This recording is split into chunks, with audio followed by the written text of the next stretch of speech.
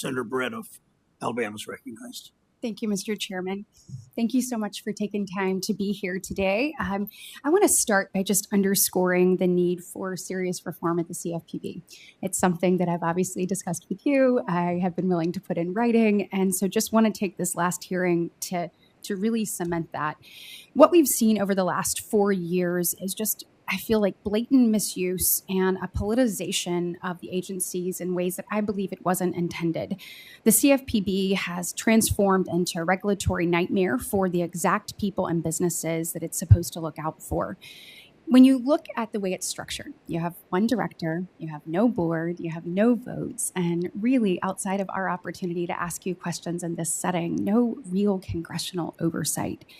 And when you have just one solo director with nearly unlimited leeway to push his or her own agenda, that's where I have a real issue. We've seen over the last several years, and we're seeing even now after the election, that despite a clear repudiation of this administration's policies from the American people, that the CFPB is the only financial agency that has continued to push out last-second rulemaking. In my opinion, it's unacceptable, and reforming the CFPB should be an immediate priority for the next Congress. I also want to note again my serious concern with some of the regulations that have been promulgated under your direction. Your efforts to eliminate medical debt from credit reports, for instance. I know we had a conversation about this and we talked about the accuracy of those, and I want to make sure that those are accurate. But we also talked about what this could do to rural hospitals in my state and in states all across the country that are hanging on by a thread. And so taking these things into consideration, not just conversation, but really understanding the cumulative impact of the things we're doing and understanding that the people that you are trying to help, this may actually hurt. Looking at things in a more comprehensive way, I think, is imperative. And in this instance in particular, if more of our rural hospitals close their doors, it's going to leave thousands of people without medical care within hours of their home.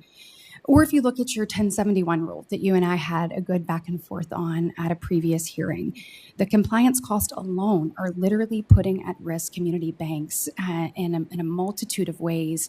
And so when we look at, how these things affect the big guy, I always talk about what is the trickle-down effect to Main Street? What is the trickle-down effect to the community bank, the relationship banking that they get to do? And so I want to make sure that the agency continues to look at those cumulative impacts and how rules like this immediately hurt truly the most vulnerable. Meanwhile, we have financial fraud issues that are running rampant. Americans are being scammed out of almost $9 billion per year. And I believe our own Consumer Protection Agency seems to be nowhere to be found. And so I want to talk to you about that and give you an opportunity to maybe show me where you have been doing some things. So when were you confirmed at the CFPB?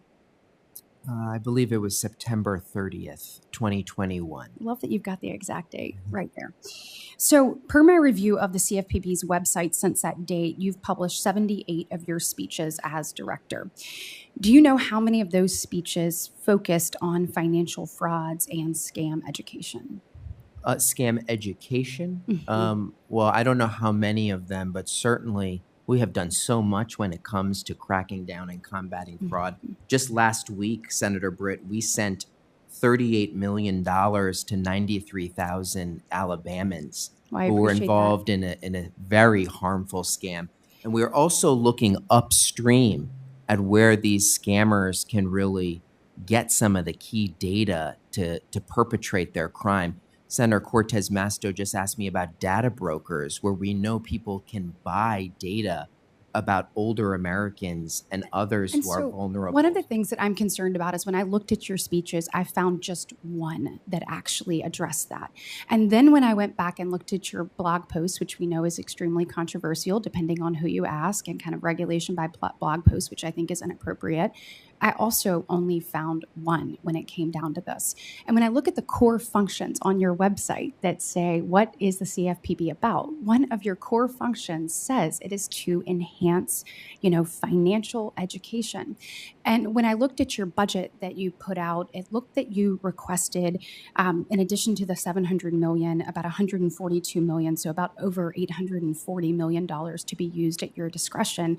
But when I looked at the actual investments that were made and I know I'm out of time, but in actual education, it looked at it was only about $5.7 million. And so as the agency moves forward, I feel like actual education of consumers that are being scammed and harmed has to be of the utmost priority. Well, if I could just respond for a bit, one of the things we've also tried to do is cut a lot of waste and drive efficiencies.